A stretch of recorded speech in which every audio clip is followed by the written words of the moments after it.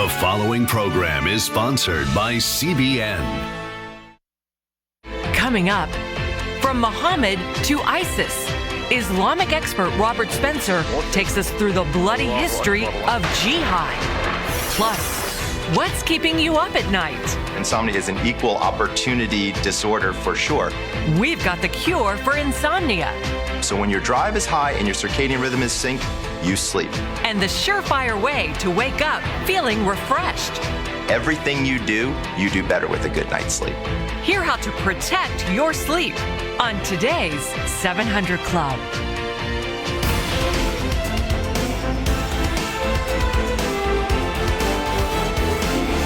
Welcome to the 700 Club. We've got a story for you today about the scandal in the Catholic Church, which makes me very, very sad. But it's beginning to point to the Pope, and was he indeed part of a cover-up of these things that are happening? Well, we'll get you that story later on, and a lot of other things, but I'm sure the lead story is going to be the fact the nation is honoring John McCain for his lifetime of service. He was, as a POW in Vietnam, he endured torture and deprivation.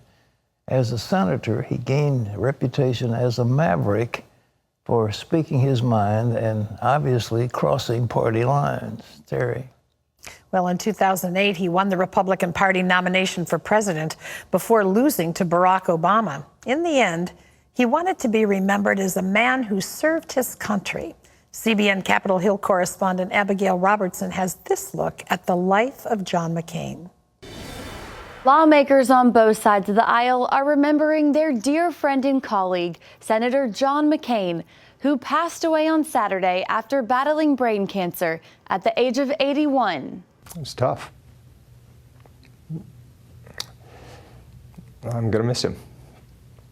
Democratic Minority Leader Chuck Schumer described his longtime Republican colleague as a truly great person and announced he plans to introduce a resolution to rename a Senate office building after the war hero. President Trump tweeted his condolences to the family of John McCain, a man who served his country with distinction for more than 60 years, beginning in 1958.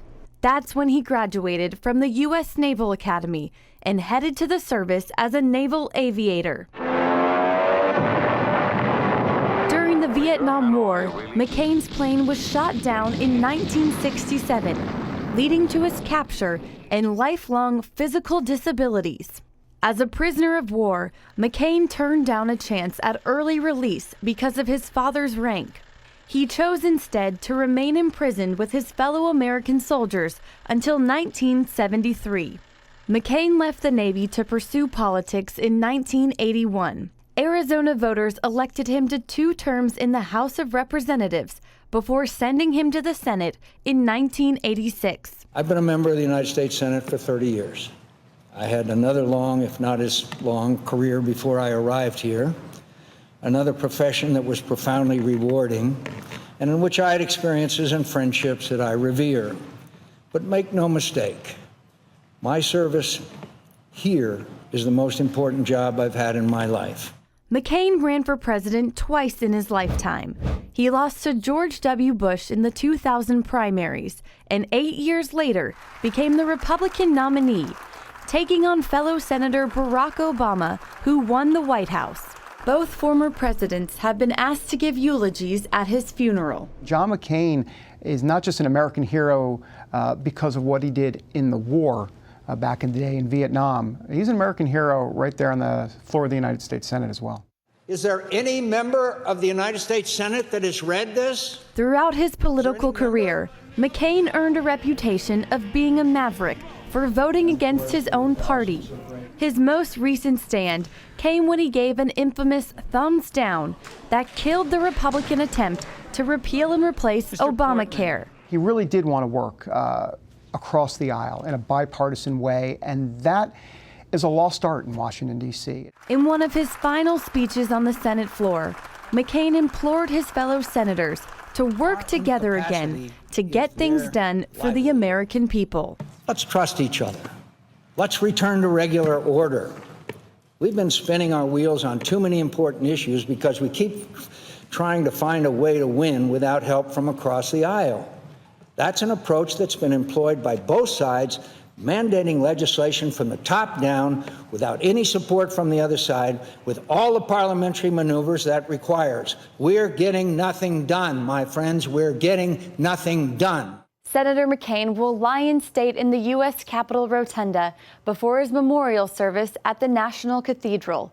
He'll be laid to rest on the grounds of the U.S. Naval Academy in Annapolis on September 2nd. And I hope to impress on you again that it is an honor to serve the American people in your company. Thank you, fellow senators. Mr. President, I yield the floor.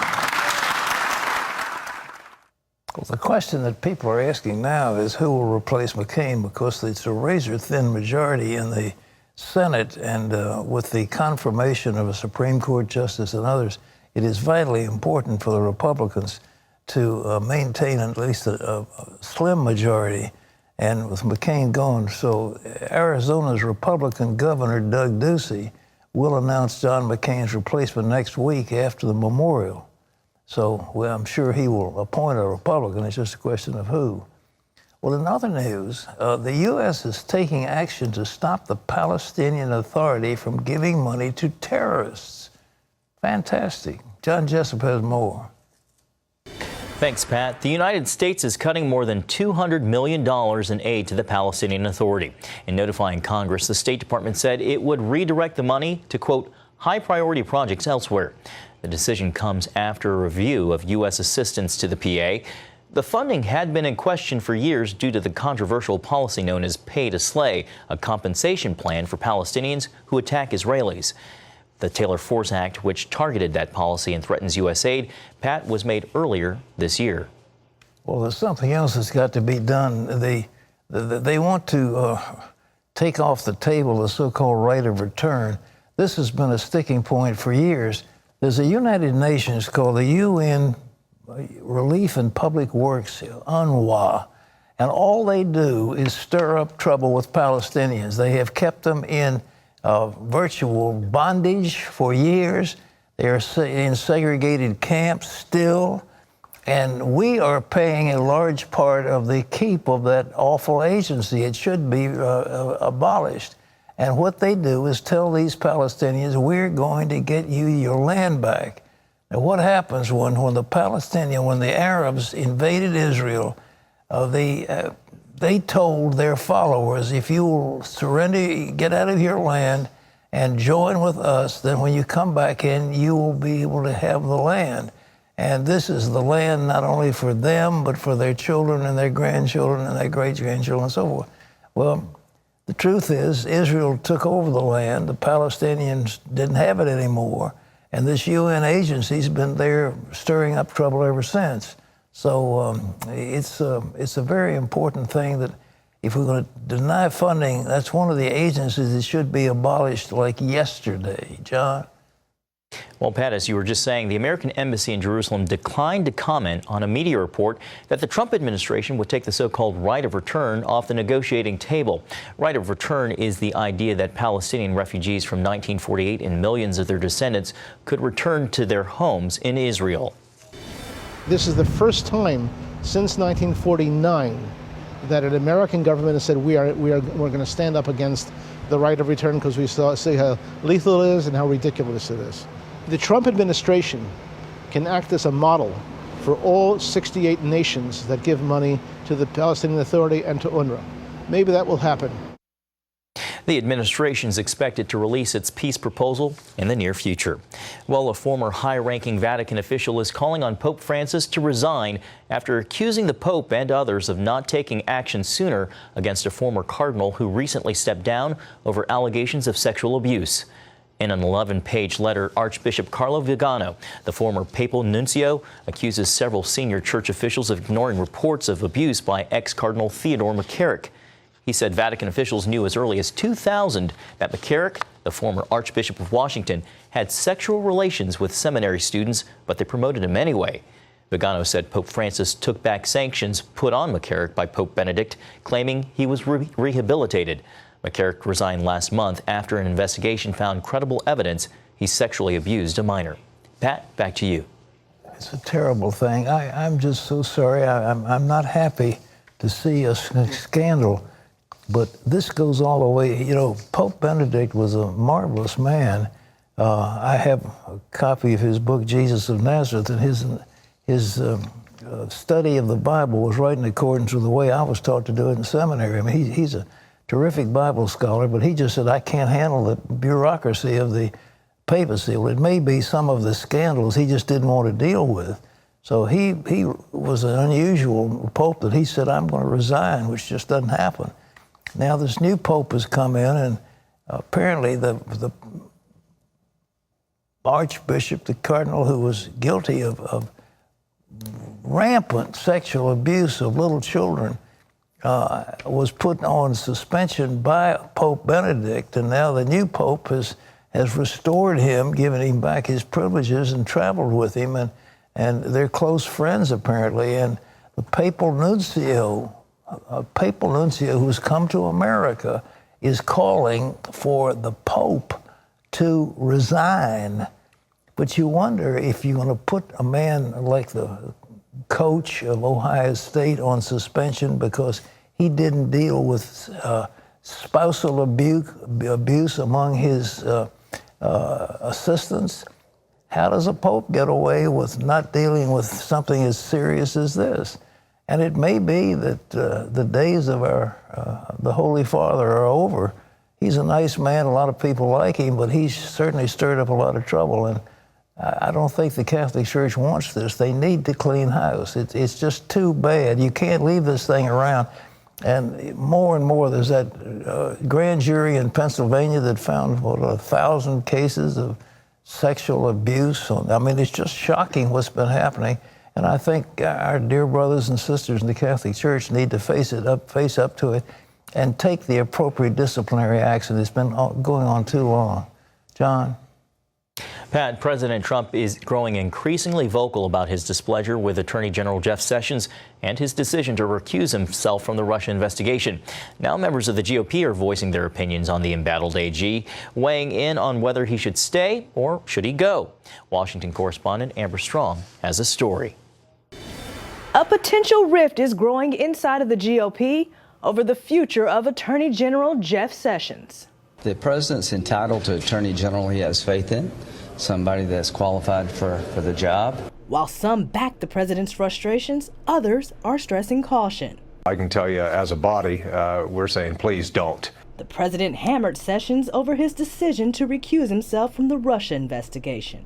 Jeff Sessions never took control of the Justice Department. He took the job and then he said, I'm going to recuse myself.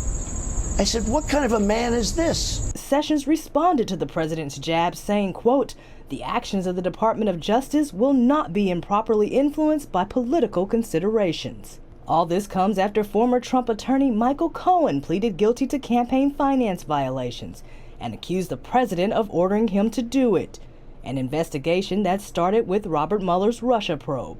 Democrats aren't talking impeachment yet, but should they take the House in November, they'll begin their own investigations. We should be investigating all of these things.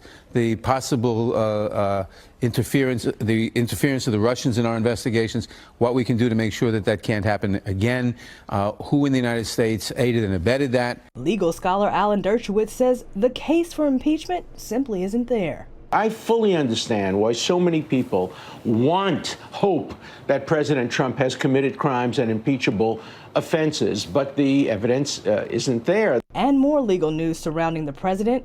Trump's CFO Alan Weisselberg and National Enquirer publisher David Pecker, a friend of the president, were also given immunity to testify to New York prosecutors in the case surrounding Michael Cohen.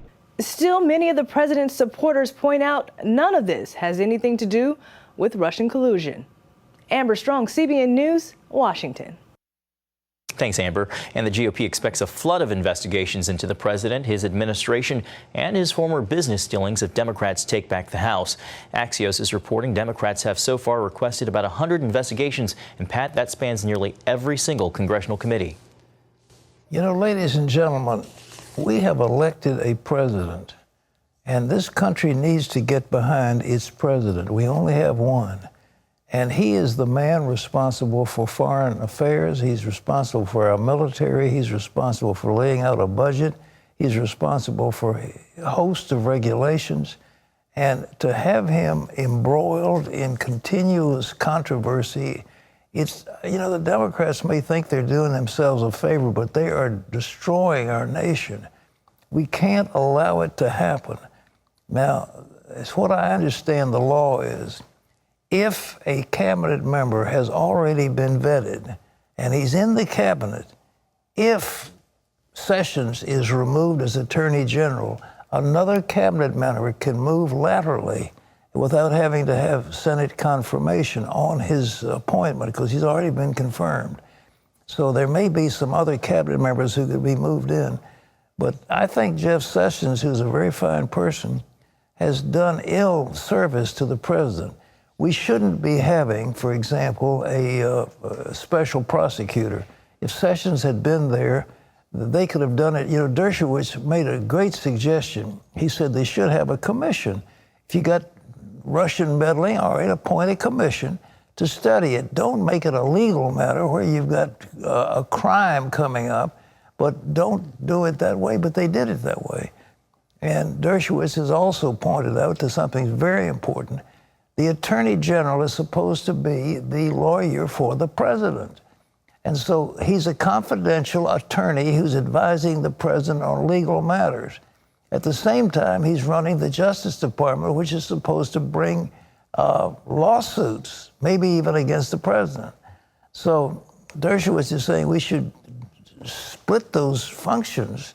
And he may be right, but it's too late to do it now. But nevertheless, for the Attorney General to say we won't let politics come into the issue, of course politics is in it because he is the advisor to the chief politician.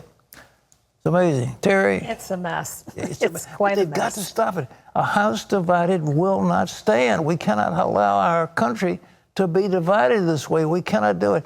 Yeah. The Democrats aren't helping us. We cannot have this extreme party spirit going on where I'm trying to one-up the other guy. It's for the nation we're talking about, for the good of this country. Terry?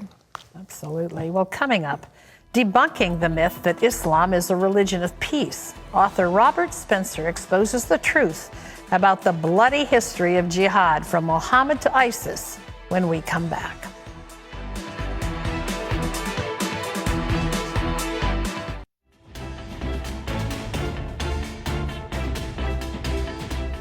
I remember seeing the television some time ago when Yasser Arafat began shouting out, "Jihad, jihad, jihad." And what does the word mean? It means struggle, and Muslim apologists insist it refers to an inner struggle. But a new book documents the history of jihad, reeling it as one of the bloodiest concepts in human history. Ever since 9/11, we've been told that Islam is a religion of peace. But in the history of jihad, from Muhammad to ISIS, Islamic scholar Robert Spencer shows that Islamic terrorism is as old as Islam itself. After all, it was Muhammad who said, "I have been made victorious through terror." The history of jihad is the first one-volume history of its kind in the English language to tell the whole truth about Islam's bloody history. 1,400 years of Islamic war on the rest of the world. Robert Spencer is director of the Jihad Watch, is joining us now. His book is The History of Jihad from Muhammad to ISIS. Robert, thank you for being here. Thank you, sir. Great to be here. What is the deal on jihad? What have they done over the years? Pat, it's been a 1,400-year war against non-Muslim countries, non-Muslim individuals. It's been characterized by terrorism, and it has been unremitting and relentless throughout history. There is no place in the world where Muslims have come that they haven't started wars against the non-Muslims. And so I suppose the big lesson of the book is, why do we think we're going to be different in the United States today? Why, you know, when I say this, and they say, well, you're an Islamophobe, and there's a protection going on in the West about Islam. They refuse to acknowledge the fact that it's a bloody religion. I remember George Bush said, well, Islam is a religion of peace. And I called him out. I said, look, you're the head politician, but you're not the head theologian. And Islam doesn't mean that. But it means submission, doesn't it? Yes, Islam means submission, and everywhere in the world, for 1,400 years, Muslims have made the non-Muslims submit to the rule of Islamic law, or have at least attempted to do so.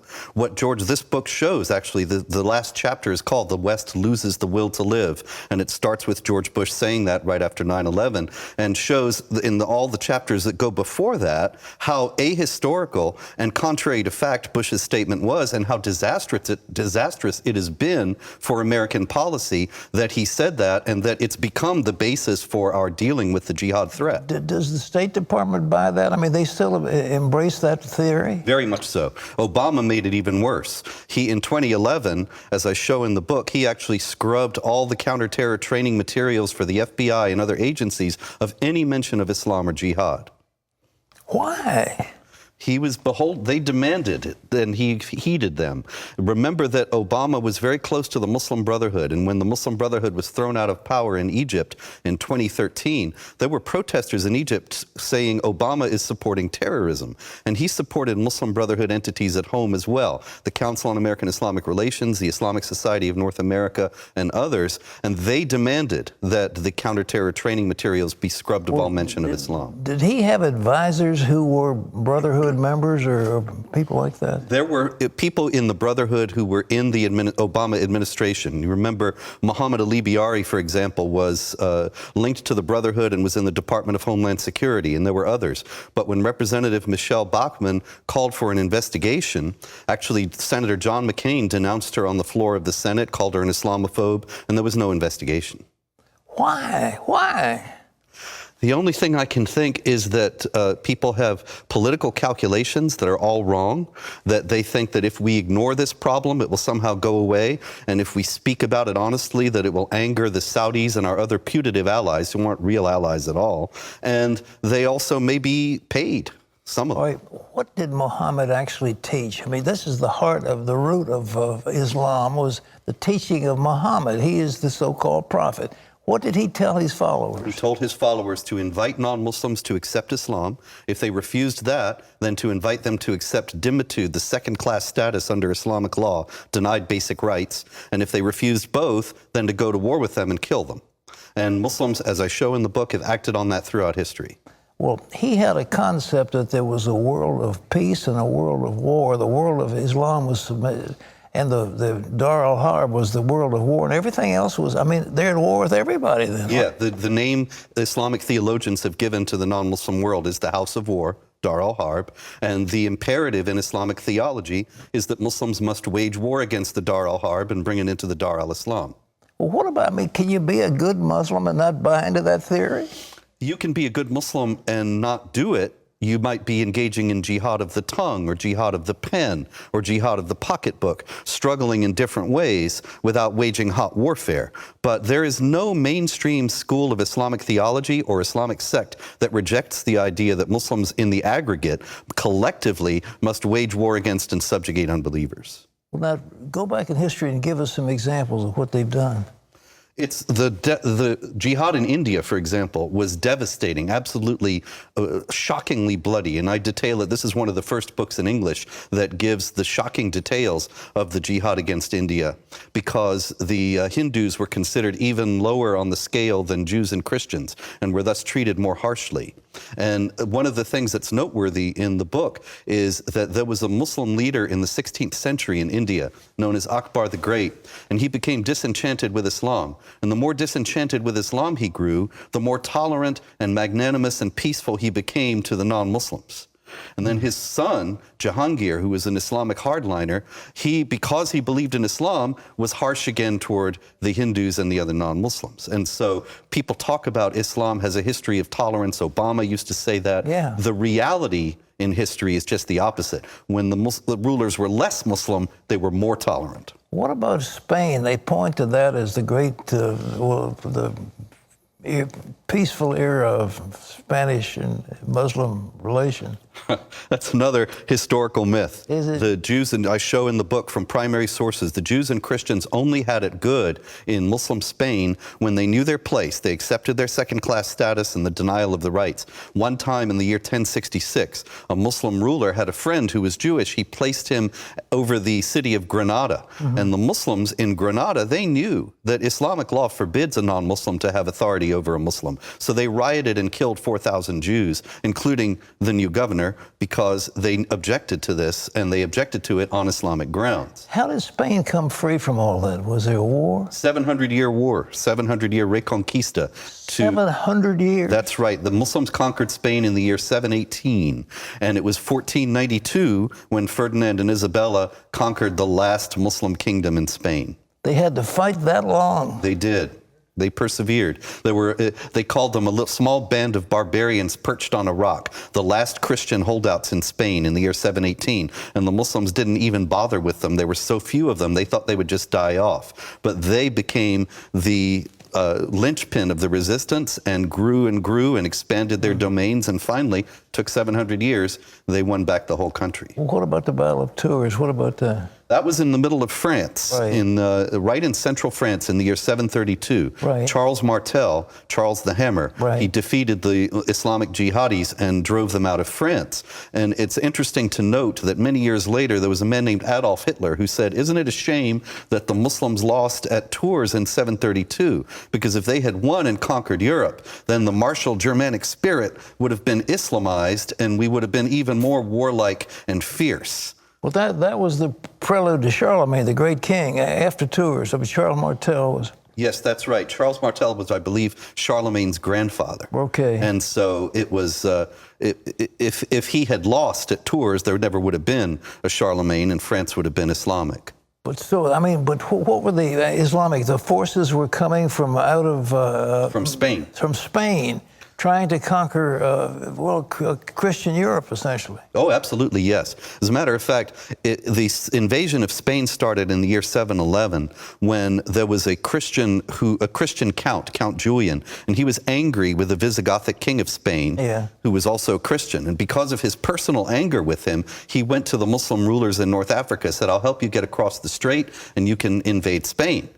And so he did, and then the Muslims just kept going, conquered almost all of Spain, except for those barbarians perched on a rock, and then went into France and had gotten halfway across France before they were stopped at Tours. If it hadn't been for Tours, the whole of it, I mean, America would have been a Muslim country then. They were all sure, because there was no other resistance. There was nothing else between them and Poland. After Tours, there was no significant army, no significant kingdom. So they could have conquered the whole of Europe. And then, of course, if Europeans settled America, then yes, would all be Islamic. What is the future of, say, England, for example? They seem to be embracing Islamic law. They're having courts that deal with Sharia law and things like that. Well, what are we going to do? The only future that England has is to either continue to submit and appease or to resist. Either way, it's going to be bloody, because there are always going to be some people who are going to say, I don't want to submit to Islamic law. But at the way they're going, they're going to be an Islamic country. How about America?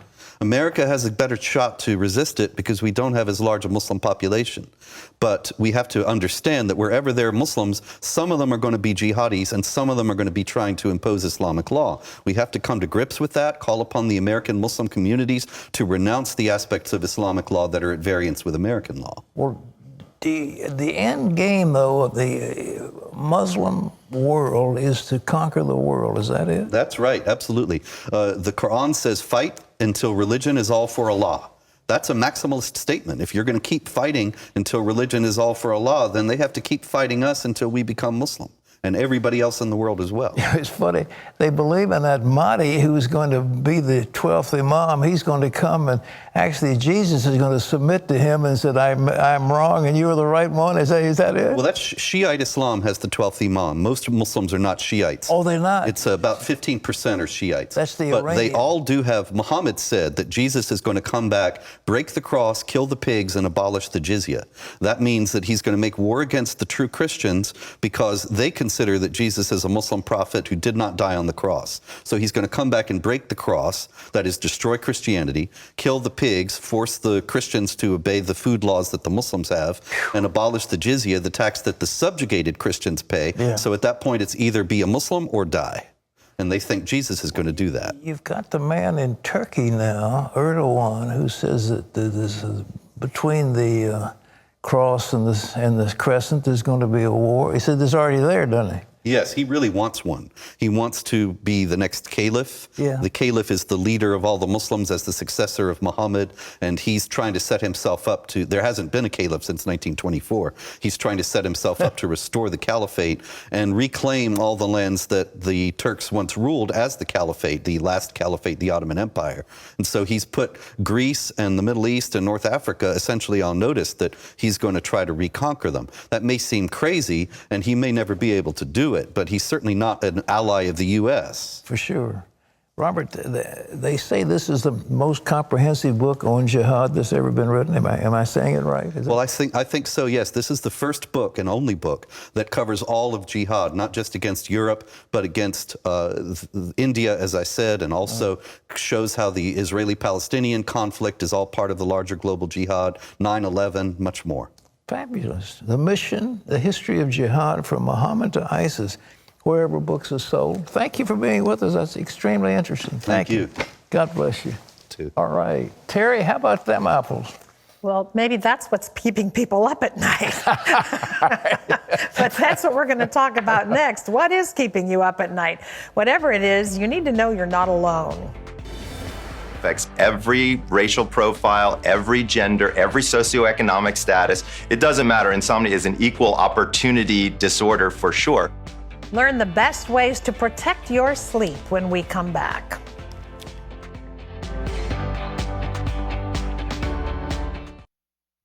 Hey, I want to say that's coming up on How to Be Blessed. That's going to be the premium during our telethon coming up in another few days. And I think it's very interesting. Scott and I had a lot of fun together. Everybody wants to know how to be blessed. That's and right. You had an in-depth discussion about how that can become reality for people. And what blocks blessings. We've got that in there too. So I think it'll be, look for it. We'll tell you more about it. But that's... Coming up in September. Oh, yeah. Coming up in September. We're almost there. We are almost there. We're on the cusp. That's right. Okay. All right. Sleep. Right. We've got, by the way, about 132,000 or 41,000 or something people have asked for that gut book. They really like it. So I suspect we're going to have a big request for this as well, because if you're like most people, you're not getting enough quality sleep. No big deal, you say? Well, think again. Everything you do better with a good night's sleep. So it's important to find out what's keeping you up at night. Gordon Robertson brings us the answer in the first of our 5-part series on how to protect your sleep.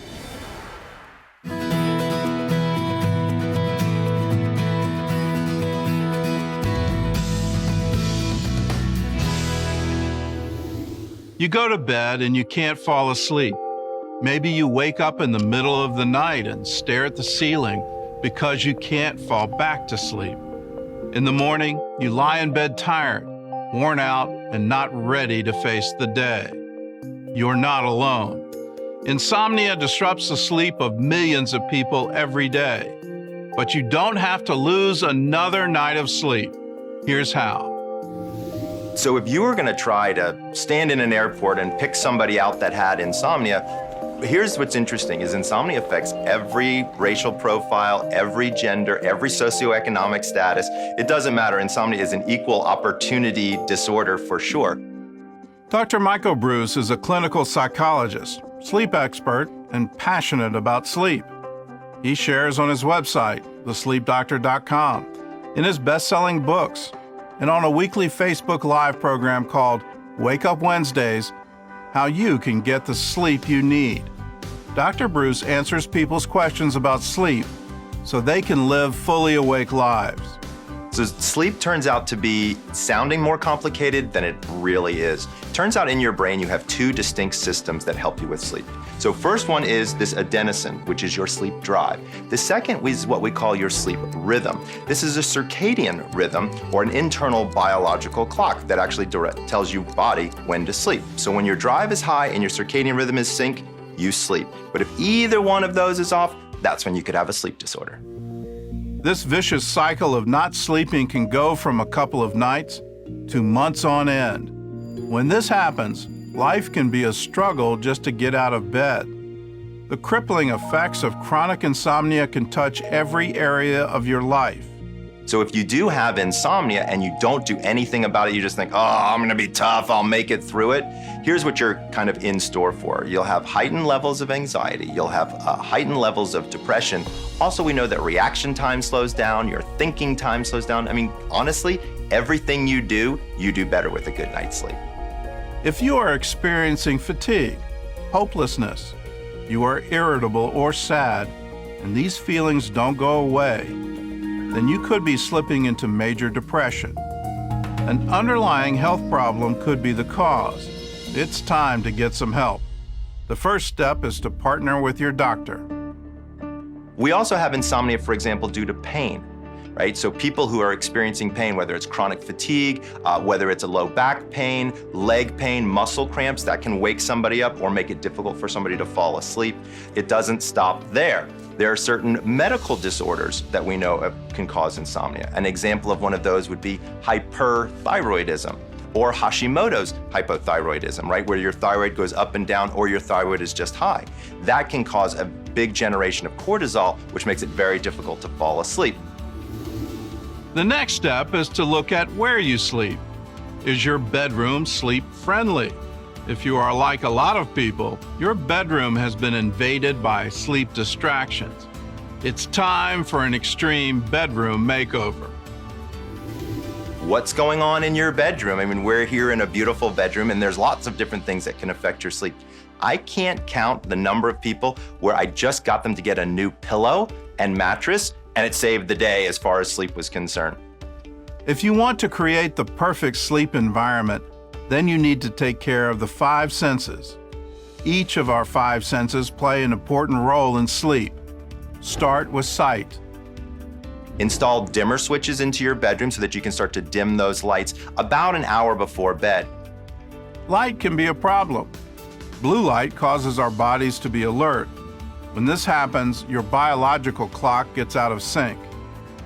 Would you believe me if I told you that there are actually now light bulbs that have special filters inside them that you can put by your bedside table that filter out the blue light? So that way your bedside table isn't telling your brain it's morning. Sound is next. It turns out that lullabies aren't just for babies. Soothing music before bedtime has been shown to help people fall asleep faster. And it's not just music. Sounds of nature can help too. So having a little bit of background noise actually turns out to be a good thing. This is where things like sound machines, music that you can play on your music player or something like that can actually be very effective and help people quite a bit. And after sight and sound comes touch. What do I mean by touch? Pillow, mattress, comforter, sheets. All of these are pieces of sleep equipment. So number one, if you haven't changed your mattress in probably about 6 or 7 years, there's a very high likelihood that you need to. Next is smell. Researchers at Rockefeller University and the Howard Hughes Medical Institute estimate the average human being has the ability to distinguish 1 trillion different odors. So getting good sleep includes getting the right smells. What aromatherapy does is it causes a relaxation response in your body. So some of the lavender pillow sprays or the ylang ylang, those sprays have actually been shown to help people fall asleep. The last one is taste. When we eat and when we go to bed are important. If your stomach is still digesting dinner, it could keep you up at night. Our bodies were meant to digest food standing up or sitting, not lying down. So giving yourself a healthy amount of time, like 3 or 4 hours, where you've had no food or liquid intake, if your doctor says that's appropriate, can actually be a great way to help you get a good night's rest. When you start your day, go outside and get some sunlight. It will help kickstart your morning by keeping your internal clock ticking in time. So it turns out that when sunlight hits the optic nerve, it turns off the melatonin faucet in your brain. So folks out there who might be experiencing brain fog in the morning and they're kind of working their way through the kitchen to grab that cup of joe to hopefully make it better, it's not gonna make it better. Water and sunlight will definitely make it better. You might be asking, but what about my cup of coffee? Drink it about 90 minutes after you get up. During the day, stop drinking coffee or any caffeinated beverage by 2 o'clock in the afternoon. This will help you later when you are ready to go to bed. One of the things I tell people is halfway through the day, you know, when that dip comes in the middle of the day, when people start to get tired and they're reaching for that cup of coffee between 1 and 3 in the afternoon, actually, that's a biological situation. So instead of taking a coffee break, go outside and take a sunshine break for about 15 minutes. You don't have to ingest caffeine. It stops that melatonin production, and that siesta that your body is naturally wanting to take will go away. As you begin to end your day, you need to prepare your body for bed. A solid bedtime routine will help do this. So let's say, for example, that you're gonna go to bed at 11. Set an alarm clock in your bedroom for 10 o'clock where you have to physically walk into the bedroom, right, to turn off that alarm and to remind you with all the cues in a bedroom, hey, I need to start getting ready for bed. Take that hour and chop it up into 3 20-minute segments. Take 20 minutes to just do the things you gotta do. In our house, we're getting kids' backpacks together, finding shoes, you know, all the crazy stuff that goes on in our household. Take 20 minutes for hygiene, so brush your teeth, wash your face. This is also a great time to take a hot bath or shower. After taking a hot bath and changing your bedclothes, spend the last 20 minutes relaxing and thanking God for all that He has done for you. But that 20 minutes just before lights out is really a great time to sort of check in with yourself, prayer, reading scripture, all of those types of things, just to help end your day on a really good note. You can get the sleep you need starting tonight. If you're battling insomnia, get help right away. Don't fight it alone. Make your bedroom sleep-friendly and create a bedtime routine. In the book of Proverbs, the Bible says when you lie down, your sleep will be sweet. Enjoy the sweetness of sleep tonight by thanking God for all that He has done for you. Well, this is just the beginning of our effort to help promote good sleep in your life. Tomorrow, in part 2 of our Protect Your Sleep series, you're going to find out how food affects your sleep. And we want you to know that you can own this entire 5-part series. We'll send you this free Protect Your Sleep DVD, or you can get a booklet. In it, you'll learn how to get a perfect night's sleep, stop insomnia, relieve pain, protect against sleep apnea, and there's so much more. To get this, all you have to do is call our toll-free number. Even the number's free. It's 1-800-700-7000, or you can visit cbn.com to request your free Protect Your Sleep DVD or booklet. It's our gift to you. We want you to be able to sleep well and live long because it affects the longevity of your life. Longevity, as well. So, yes. Okay. Still ahead, we've got your email. Melissa says over and over again, I see on the show that people say their loved ones were healed because so many people prayed for them. Does that mean that God won't answer my single prayer? Well, we've got your questions and some honest answers for you, and it's coming up later.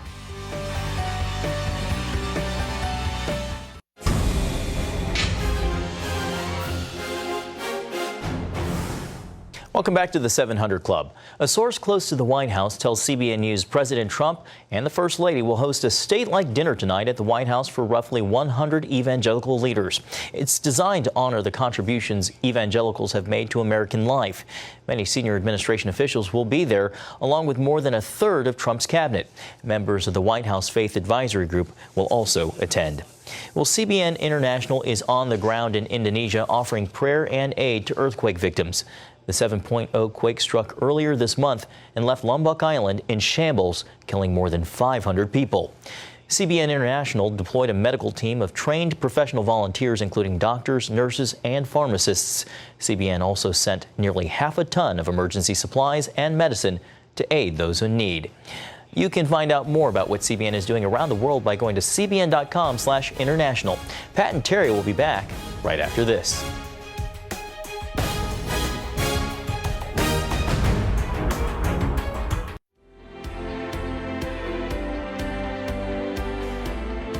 Welcome back. You're watching the 700 Club. I'm so glad to have you with us. I want to take you now to Honduras, where a girl named Dania used to have nightmares about dying. Well, that's no surprise, because on several occasions, this girl had to drink deadly water because the dirty water from stagnant ponds and streams were all she had to drink. When 10-year-old Dania gets really thirsty, she thinks twice before drinking the water at home or at school. I ended up drinking it. I couldn't resist. Dania lives with her family in the mountains of Honduras. They collect water from small pools and streams for daily use. But these pools quickly become stagnant and filled with bacteria. Many days I have to leave school because I get sick after drinking the water. When Operation Blessing tested the water here, we discovered high concentrations of E. coli and other bacteria. One time I was sick for 5 days. I dreamed that I died because of the water. When I woke up, I prayed that I wouldn't die. Working with the local government, Operation Blessing identified a new source of fresh water higher in the mountains. First, we constructed a small dam to collect the water there. Then we built a 10,000-gallon tank and piped water from the new reservoir. Finally, we purified the water and delivered it to homes and to Dania's school. From that point on, none of the children have gotten sick from drinking the water. Thank you, Operation Blessing. Now I know that I'm not going to die from drinking the water because you gave us everything we needed to have clean water. A life spared because of you. You know, we reach out in your name to help people. We believe in helping the poor, helping the needy, helping the sick and the deprived. And that's just one example. But fresh water is so important because so many people around the world are forced to drink stagnant, polluted water. It's really serious. So that's one of the specialties that Operation Blessing has developed over the years. And how can you help? Well, it's just 65 cents a day. We're talking about $20 a month. We're not talking about a lot of money. But all of us together, you see, if hundreds of thousands of people are giving $20 a month, it gets to be significant, and we can do significant projects to help you, help people, just like Dania. And for those who participate, there's something I want to give you as our thanks to you. It's a little DVD called Angels, and if people really like it, and we'll give this to you as our gift to you. All you have to do is call in. It's a telephone number, 1-800-700-7000. Just pick up the phone, call in. Terry. Pat, this is Christine, who lives in Macomb, Michigan. She says your Angels DVD was awesome.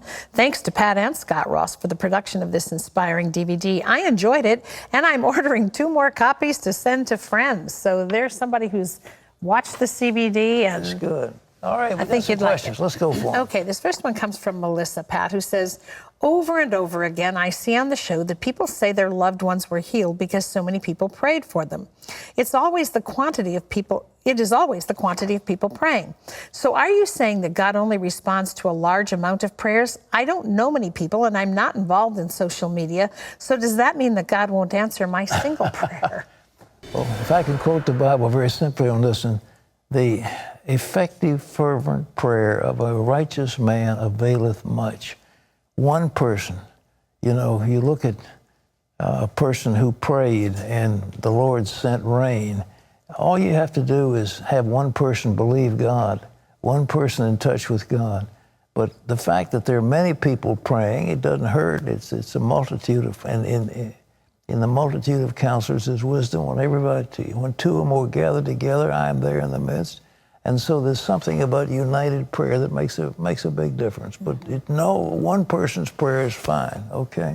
Okay, this is Mason, who says, I love the Lord, but high school caused me to fall away from him. I rededicated my life to him and was baptized, but afterwards I feel further away from him.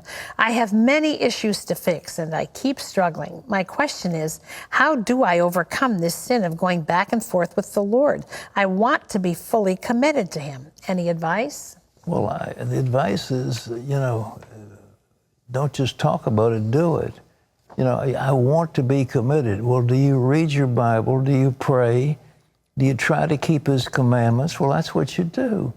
And again, I'm a big fan of that 21-day habit formation thing. You get in a habit. So I don't know what your sin is. You're obviously doing something that's probably having to do with sex, but maybe not. Maybe you're drinking, watching porn. I don't know what it is.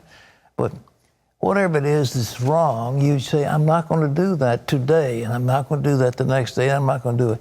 So day by day by day, you form a habit. But you need to let the Word, thy Word have I hid in my heart that I might not sin against thee.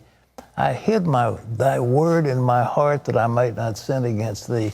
You've got to be controlled by the Word, and you do it by reading it and meditating on it, okay?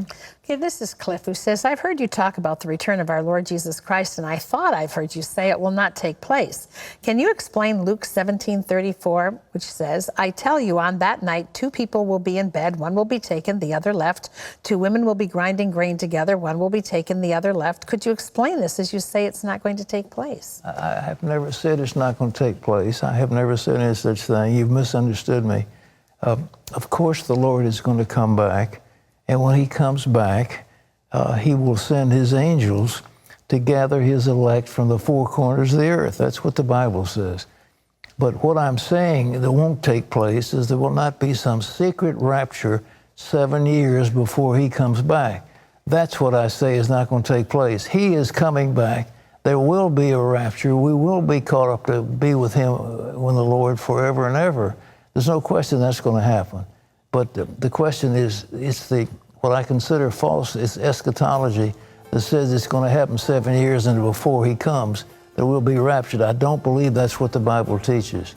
Well, today's Power Minute is from the book of 2 Kings. I have heard your prayer. I have seen your tears. Surely I will heal you. Well, tomorrow we're going to talk about how to eat your way to a great night's sleep. And so for Terry and all of us, this is Pat Robertson. We'll see you tomorrow. Bye-bye.